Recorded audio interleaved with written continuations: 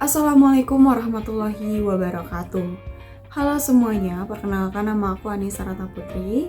Aku dari kelas 6E dengan NIM 12350100168. Di sini aku akan memenuhi tugas ujian tengah semester mata kuliah isu-isu kontemporer. Next video selanjutnya. Nama aku Aditya Permana. Dari jurusan? Dari jurusan Bahasa dan Sastra Arab. Angkatan berapa? Angkatan 2023. Aku Kania Nuraini Nurdin, biasa dipanggil Kanya. Aku dari jurusan Bahasa dan Sastra Arab, angkatan 24. Nama aku Abdul Ali Muhammad. Aku dari jurusan Bahasa dan Sastra Arab, angkatan 2023. Jurusan 6. Sekarang, menurut kamu sebagai mahasiswa Gen Z, globalisasi itu benar-benar membuka peluang bagi umat Islam atau sebenarnya membuat umat Islam semakin mengikuti standar budaya global yang bukan berasal dari nilai-nilai Islam?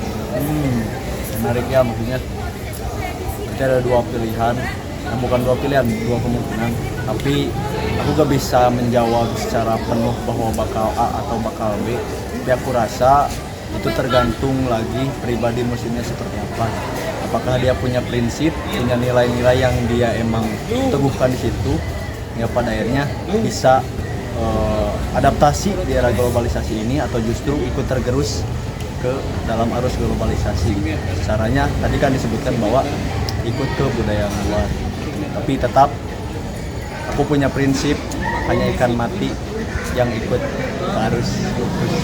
Ya, Kalau ngomongin globalisasi, pastinya tuh Islam tuh punya prinsip gitu. Apalagi ajaran Islam itu ada agamanya kan. Nah di situ itu ada akidahnya juga. Di situ kan kayak dipertahankan gitu. Apalagi dia itu bermuara dari Al-Quran dan As-Sunnah. Itu dari awal sampai zaman akhir, sampai akhir zaman itu nggak akan berubah. Nah di situ juga ada, jadi Islam tuh nggak selalu menolak globalisasi. Contohnya itu kayak teknologi kan maksudnya masih dipakai gitu, kayak komunikasinya gitu kan dipakai. Pertama ada beberapa aspek mungkin ya dalam pembacaan globalisasi di dunia Islam. Pertama dari konteks budaya, kedua konteks teknologi, ketiga konteks sosial. Menurut aku dalam konteks budaya dan juga sosial itu bagaimana umat Islam bisa beradaptasi dengan kondisi budaya dan juga sosial yang berubah-ubah setiap zaman sambil menjaga integritas keislaman itu sendiri. Jadi bukan berarti ada baik dan juga ada buruknya ketika mereka bisa beradaptasi dengan tetap menjaga nilai-nilai Islam yang murni, maka itu menjadi hal yang baik. Tapi ketika mereka bercampur baur, ya mereka beradaptasi tapi dengan menghilangkan integritas dari nilai-nilai Islam itu sendiri, ya itu menjadi satu hal yang buruk bagi umat Islam. Tapi untuk konteks teknologi itu satu hal yang sangat bagus itu, karena tidak bisa kita pungkiri bahwa kemajuan teknologi juga itu menjadi instrumen pembantu lah dalam media-media dakwah dan juga penyebaran nilai Islam. Gitu. Contohnya ya kayak kita tahu juga lah, dulu kita ceramah menyampaikan nilai Islam itu cuma bisa di atas mimbar, sekarang bisa lewat YouTube, lewat TikTok, lewat Reels Instagram dan sebagainya macam. Itu bentuk adaptasi dengan globalisasi di dalam konteks teknologi. Kayak gitu. Pertanyaan selanjutnya mungkin aku pengen tahu menurut kakak nih, bagaimana kondisi globalisasi di Indonesia mempengaruhi Islam di Indonesia? Nah, kalau ngomongin pengaruh itu pasti ada dampak positif dan negatifnya. Nah, kalau dampak positifnya itu kayak yang tadi dijelasin, itu adanya komunikasi yang meluas gitu. Terus ada juga kan pasti informasi itu cepat meluas gitu. Nah, negatifnya itu karena saking banyaknya informasi, pastinya ada juga contohnya itu hadis-hadis yang doi, bisa aja dia itu orang-orang awam tuh nggak tahu bahwa itu tuh hadis doi gitu misalkan.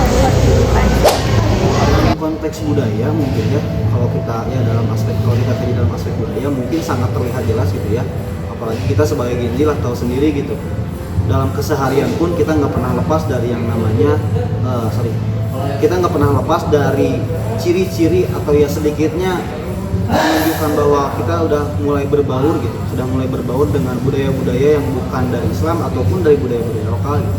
Kayak apa yang kita pakai sekarang kayak sepatu buat kayak gini gitu, terus celana jeans kayak gini, kan itu sama sekali bukan berasal dari budaya Islam dan juga bukan berasal dari budaya lokal kayak gitu. Pengaruh globalisasi untuk Islam Indonesia ya, kayak sebenarnya sama, ini masalah yang universal juga, nggak bisa ditolak bahwa ini pengaruhnya cuma sama orang Islam aja, tapi aku rasa ini cukup jadi masalah yang universal, yaitu fenomena brainrot yang terjadi atau fenomena harus informasi yang begitu pesatnya gitu. Jadi sehingga teman-teman yang ada sekarang justru sering terpapar informasi yang kurang jelas. Nah, maka dari itu untuk memahami hukum-hukum yang ada di Indonesia, khususnya hukum-hukum yang ada di Islam, nggak sesederhana kita cuma cari di TikTok saja gitu. Itu ngaruh banget, karena terkadang nggak, bahkan disarankan, bahkan dianjurkan juga bahwa ilmu yang atau hukum yang ada di Indonesia, di Islam, hukum-hukum fikih itu harus bersanad.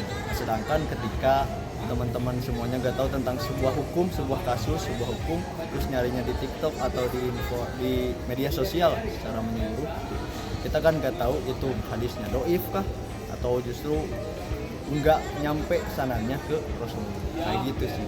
Jadi kemungkinan ada kecacatan dalam segi hukum, dalam pemahaman pembentukan hukum seperti itu. Dari hasil wawancara yang sudah saya lakukan terhadap beberapa mahasiswa UIN, terlihat bahwa globalisasi ini dipahami dengan cara yang cukup beragam. Sebagian responden melihat globalisasi ini sebagai peluang, terutama dalam hal akses informasi, perkembangan teknologi, dan juga kemudahan dalam menyebarkan nilai-nilai Islam secara lebih luas melalui media digital. Namun di sisi lain, ada juga kekhawatiran bahwa globalisasi ini justru membawa tantangan lebih serius lagi terhadap identitas dan nilai-nilai keislaman, terutama dalam arus budaya barat yang begitu cepat masuk ke kehidupan sehari-hari. Di satu sisi, globalisasi ini menjadi sarana integrasi di mana umat Islam itu bisa lebih terkoneksi secara global, baik dalam bidang ekonomi syariah, pendidikan, dan juga maupun dakwah digital gitu. Tapi di sisi lain, globalisasi juga membawa proses hegemonisasi budaya yang bisa mengikis nilai lokal dan juga tradisi Islam itu sendiri. Nah, menariknya teman-teman, dari jawaban responden terlihat bahwa generasi muda atau Gen Z hari ini gitu tidak sepenuhnya menolak globalisasi. Mereka cenderung mengambil posisi tengah yang selektif gitu. Artinya mereka tuh menerima aspek globalisasi yang dianggap bermanfaat seperti teknologi tadi dan ilmu pengetahuan, tetapi tetap berusaha mempertahankan nilai-nilai keislaman sebagai identitas utama.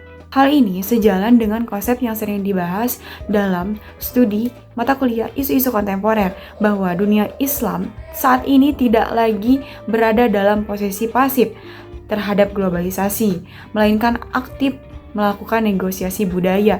Umat Islam itu tidak hanya menjadi objek globalisasi lagi gitu, tapi juga sudah menjadi subjek yang ikut membentuk arah globalisasi itu sendiri. Misalnya melalui perkembangan industri halal, terus fashion muslim, terus konten-konten dakwah di media sosial. Dari sini dapat kita simpulkan bahwa globalisasi di dunia Islam ini bukan hanya sekedar ancaman atau peluang semata, tetapi sebuah proses kompleks yang menuntut keseimbangan. Tantangan terbesar bagi generasi Muslim atau Gen Z seperti kita saat ini gitu, bagaimana kita terus tetap terbuka terhadap perubahan global tanpa kehilangan akar nilai dan identitas keislaman kita.